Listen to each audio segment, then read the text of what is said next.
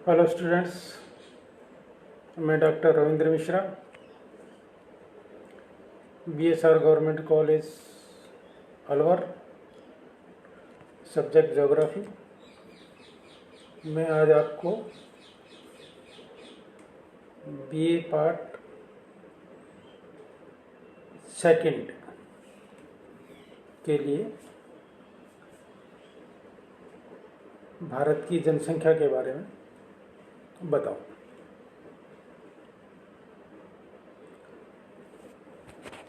विश्व में जनसंख्या की दृष्टि से चीन के बाद दूसरा सबसे अधिक जनसंख्या वाला देश भारत है। 1 मार्च 2001 को भारत की कुल जनसंख्या 1 अरब 27 करोड़ हो चुकी थी। यह जनसंख्या विश्व की कुल जनसंख्या के 16.7% के बराबर है। दूसरे शब्दों में कहा जा सकता है कि विश्व का हर 6वां व्यक्ति भारतीय है।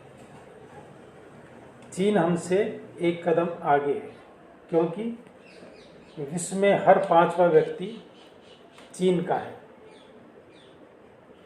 भारत में उपलब्ध भूमि विश्व की कुल भूमि का 2.42% ही है, और इतनी ही भूमि पर विश्व की कुल जनसंख्या का करीब 17% भाग भारत में है। क्षेत्रीय प्रसार की दृष्टि से विश्व में भारत का स्थान रूस, कनाडा, चीन, संयुक्त राज्य अमेरिका, ब्राज़ील और ऑस्ट्रेलिया के बाद 7वां है। चीन को छोड़ दें तो बड़े 5 बड़े क्षेत्रफल वाले देशों की कुल जनसंख्या भारत की जनसंख्या के मुकाबले बहुत कम है। इन 5 देशों के क्षेत्रफल को मिला दें तो वह भारत के क्षेत्रफल से 16 गुना बड़ा क्षेत्रफल होगा, और इस क्षेत्रफल में रहने वाली आबादी की मिलीजुली जनसंख्या भारत की जनसंख्या से बहुत कम है। यह तथ्य दर्शाता है कि सीमित भूमि संसाधन में इतनी विशाल जनसंख्या के कारण हम कितने असहाय एवं अवरोधों से ग्रसित हैं। 3 महाद्वीपों उत्तरी अमेरिका, दक्षिणी अमेरिका तथा ऑस्ट्रेलिया की कुल जनसंख्या को जोड़ दिया जाए तो भी भारत की जनसंख्या से कम है, और इसके साथ विडंबना यह है कि प्रति वर्ष हमारी जनसंख्या में 1 करोड़ 70 लाख व्यक्तियों का इजाफा हो जाता है। यह संख्या ऑस्ट्रेलिया की कुल जनसंख्या से ज़्यादा है। विश्व की सबसे घनी आबादी वाले चीन में जनसंख्या की वार्षिक वृद्धि दर भारत की वृद्धि दर से कम है। जनसंख्या का घनत्व तथा वितरण। संसार की जनसंख्या अथवा किसी भी देश की जनसंख्या उसके सभी भागों में समान रूप से वितरित नहीं होती। भारत के लिए भी यह तथ्य लागू होता है।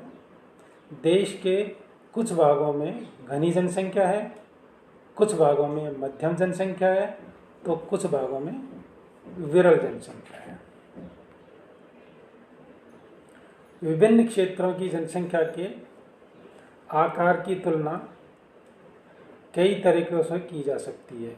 इनमें से एक तरीका है कि विभिन्न क्षेत्रों की पूरी जनसंख्या के आकार की तुलना करना, परंतु इस विधि में जनसंख्या तथा उस क्षेत्र या प्रांत के क्षेत्रफल अथवा उसके आधार संसाधनों के बीच के संबंधों के बारे में कुछ भी नहीं जान सकते।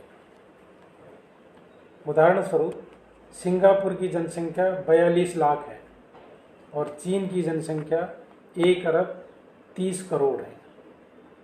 सिंगापुर का क्षेत्रफल मात्र 630 वर्ग किलोमीटर है, जबकि चीन का क्षेत्रफल 95 लाख वर्ग किलोमीटर है। एक इतना छोटा और एक दूसरा इतना विशाल। इससे स्पष्ट है कि चीन की तुलना में सिंगापुर कितना भीड़ भाड़ वाला है। इसलिए विभिन्न देशों की जनसंख्या की तुलना सामान्यतः उन देशों के जनसंख्या के घनत्व के रूप में की जाती है। इस विधि में मनुष्य और भूमि के अनुपात को ध्यान में रखते हुए तुलनात्मक अध्ययन किया जाता है।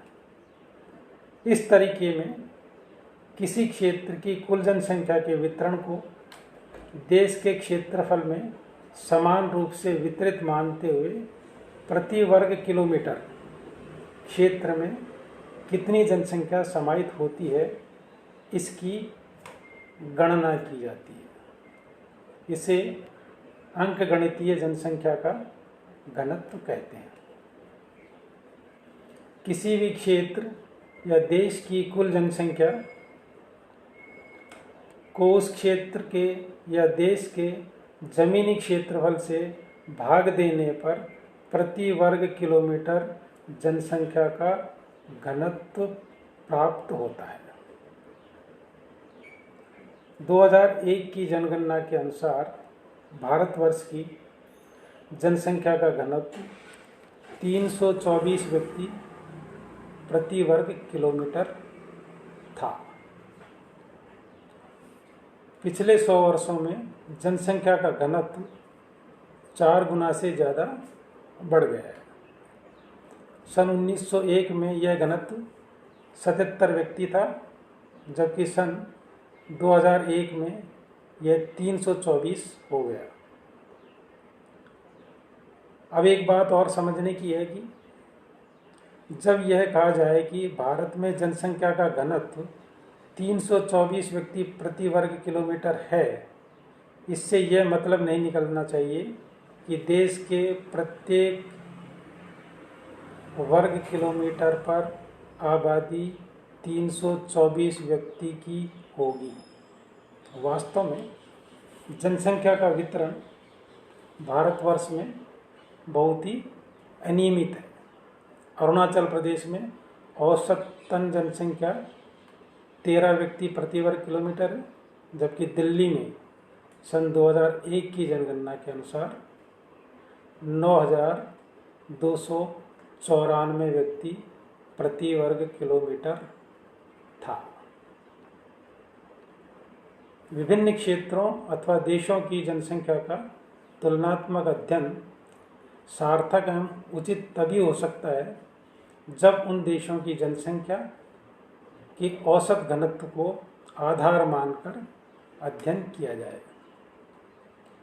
घनत्व से व्यक्ति और भूमि के बीच आनुपातिक संबंध का बोध होता है। किसी क्षेत्र अथवा देश की जनसंख्या के घनत्व को इस प्रकार व्यक्त कर सकते हैं: घनत्व बराबर देश की कुल जनसंख्या बटावा देश का कुल क्षेत्रफल। जनसंख्या के वितरण एवं घनत्व को प्रभावित करने वाले कारक, इसमें जो देश में अलग अलग जगह पर जनसंख्या का घनत्व जो अलग अलग होता है, कहीं अधिक लोग रहते हैं, कहीं विरल लोग रहते हैं, उसके कुछ कारण होते हैं। उनमें से कुछ कारण इस प्रकार हैं। भारत की जनसंख्या का स्थानीय वितरण एक समान नहीं है। इसमें बहुत अधिक क्षेत्रीय विभिन्नताएं पाई जाती हैं। ये सब कारण जो जनसंख्या के घनत्व एवं उनके वितरण को प्रभावित करते हैं, उन्हें 2 श्रेणियों में बांट सकते हैं। पहला है भौतिक कारण और दूसरा है सामाजिक और आर्थिक कारण। भौतिक कारण में ये जनसंख्या के घनत्व एवं वितरण को प्रभावित करने में अहम भूमिका निभाते हैं। भौतिक कारणों में भूमि की बनावट या आकृति, जलवायु, मृदा इत्यादि शामिल किए जाते हैं। यद्यपि विज्ञान एवं तकनीकी ने बहुत अधिक प्रगति हुई है, परंतु फिर भी भौतिक कारकों का प्रभाव बरकरार है। पहला है भू आकृति। यह जनसंख्या वितरण के प्रतिरूप को प्रभावित करता है। भू आकृति का सबसे महत्वपूर्ण भाग है उसमें मौजूद ढलान तथा उसकी ऊंचाई। इन दोनों गुणों पर जनसंख्या का घनत्व एवं वितरण बहुत कुछ आधारित रहता है। इसका प्रमाण पहाड़ी एवं मैदानी क्षेत्र की भूमि ले सकते हैं। गंगा सिंधु का मैदानी भूभाग घनी आबादी का क्षेत्र है, जबकि अरुणाचल प्रदेश समूचा पहाड़ियों से घिरा ऊबड़ खाबड़ पर्वतीय भूभाग है। अतः जनसंख्या का घनत्व सबसे कम एवं वितरण भी विरल एवं फैला हुआ है। इसके अलावा भौतिक कारकों में स्थान विशेष का जल प्रवाह क्षेत्र, भूमि, जल स्तर जनसंख्या वितरण में महत्वपूर्ण भूमिका निभाते हैं। जलवायु। किसी स्थान की जलवायु जनसंख्या के स्थानिक वितरण एवं प्रसार को प्रभावित करते हैं। राजस्थान में गर्म और सूखे रेगिस्तान, साथ ही ठंडा एवं आर्द्रता नमी वाले पूर्वी हिमालय भूभाग का उदाहरण ले सकते हैं। इन कारणों से यहाँ जनसंख्या का वितरण असमान तथा घनत्व कम होता है। केरल एवं पश्चिम बंगाल की भौगोलिक परिस्थितियाँ इतनी अनुकूल हैं कि आबादी सघन एवं समान रूप से वितरित है। पश्चिमी घाट श्रृंखला के पवन विमुख भाग तथा राजस्थान के भागों में घनत्व कम पाया जाता है। मिट्टी। यह बहुत हद तक जनसंख्या के घनत्व एवं वितरण को प्रभावित करती है। वर्तमान औद्योगिक एवं उद्योग प्रमुख समाज में मृदा जैसे जनसंख्या को प्रभावित करने में सक्षम हो सकती है।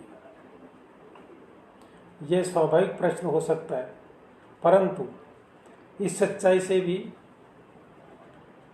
आज भी भारत की 75% जनता गांवों में बसती है। ग्रामीण जनता अपना जीवन यापन खेती से ही करती है। खेती के लिए उपजाऊ मिट्टी चाहिए। इसी वजह से भारत का उत्तरी मैदानी भाग, समुद्र तटवर्ती मैदानी भाग एवं सभी नदियों के डेल्टा क्षेत्र उपजाऊ एवं मुलायम मिट्टी की प्रचुरता के कारण सघन जनसंख्या वितरण वाले हैं। दूसरी ओर राजस्थान के विशाल मरुभूमि क्षेत्र, गुजरात का कच्छ का रण तथा उत्तराखंड के तराई भाग जैसे क्षेत्रों में मृदा का कटाव तथा मृदा में रेह का उत्फूलन, मिट्टी पर सफ़ेद नमकीन परत चढ़ जाना जो उसकी उपजाऊपन को नष्ट कर देता है। ऐसे क्षेत्रों में विरल जनसंख्या पाई जाती है। किसी भी क्षेत्र में जनसंख्या का घनत्व एवं वितरण एक से अधिक भौतिक एवं भौगोलिक कारकों से प्रभावित होते हैं।